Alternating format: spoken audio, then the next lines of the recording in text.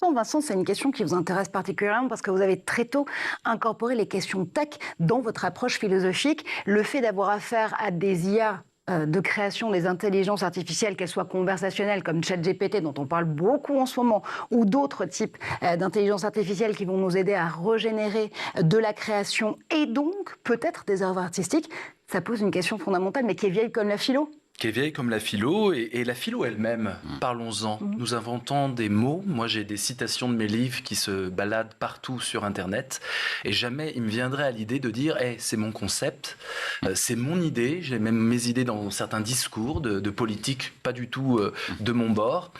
Moi je suis pour qu'on arrête avec le droit d'auteur. Totalement.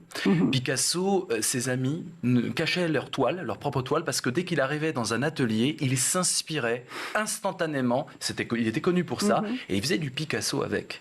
Le rap, on a parlé de Booba, le rap a commencé en samplant de la musique.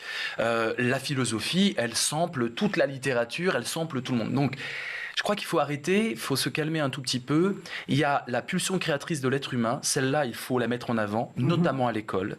Il faut que nos élèves, plutôt que d'être intimidés devant du Rimbaud, du Stendhal ou du Spinoza, produisent, qu'on les mette en phase de création tout en apprenant. Et je crois vraiment que nous sommes dans une révolution créatrice absolument globale. On ne pourra jamais protéger la musique, on ne pourra jamais protéger des idées, des concepts. Il faut qu'on accepte ça. Et par contre, il faut qu'on puisse voir ce qu'on est capable de faire avec les nouveaux outils.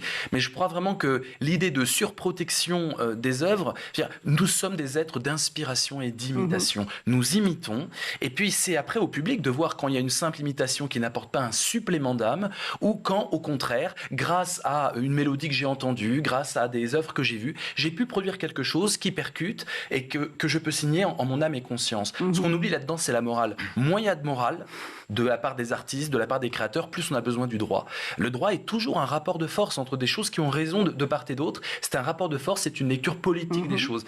Et donc moi je suis pour le copyleft, en veux-tu, en voilà, que tout soit un accès libre, et après on regarde comment les gens créent avec tout ça, et c'est comme une boîte de Lego, les gens vont peut-être inventer des choses qui vont transcender les modèles et transcender les originaux. Et justement.